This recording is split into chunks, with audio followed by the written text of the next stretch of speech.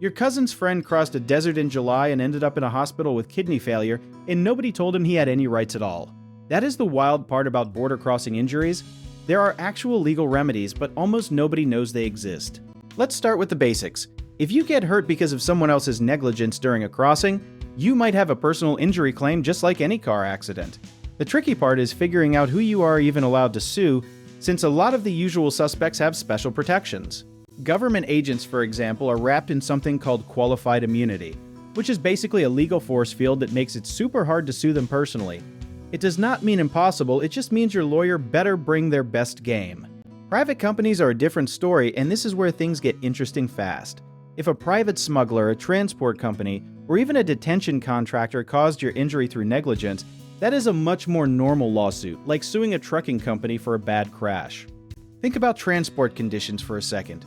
Overcrowded vans, no water, no air conditioning. These are not just bad customer service, they are negligence claims waiting to happen. Lawyers call this a duty of care, which is a fancy way of saying if you are responsible for moving humans, you cannot treat them like cargo. Detention facility injuries open up a whole other lane, especially if medical care was denied or delayed. Federal Tort Claims Act cases exist for exactly this, letting people sue the government for certain negligent acts by federal employees. Here's a plot twist most people do not see coming. Your immigration status almost never blocks you from filing a personal injury claim. Courts have repeatedly said your right to safety does not disappear just because of your paperwork situation. Of course, saying that and actually winning a case are two very different action movies. Evidence gets messy fast, witnesses scatter across states or countries, and memories fade quicker than your phone battery on 1%. This is why documentation becomes the real main character of these cases. Photos, medical records, names of anyone present, even a rough timeline scribbled on a napkin can make or break everything later. Statutes of limitations are the silent villain here because most states give you a strict window, often just 1 or 2 years to file a claim. Miss that window, and even a rock-solid case turns into a really sad story with no ending. There is also a humanitarian angle some people forget. Certain visas, like the U visa, exist specifically for crime victims who cooperate with law enforcement.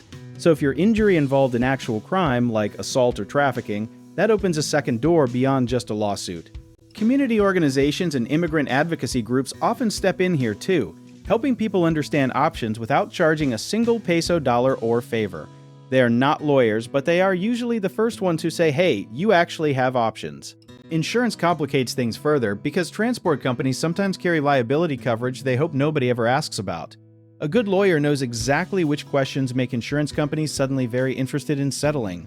The biggest myth floating around is that pursuing any of this guarantees deportation or some kind of legal punishment.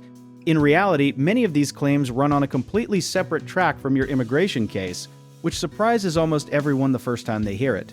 So if any of this sounds like something you or someone you know might be dealing with, do you want to learn more about how we help with cases like this? Check out our links in the description below.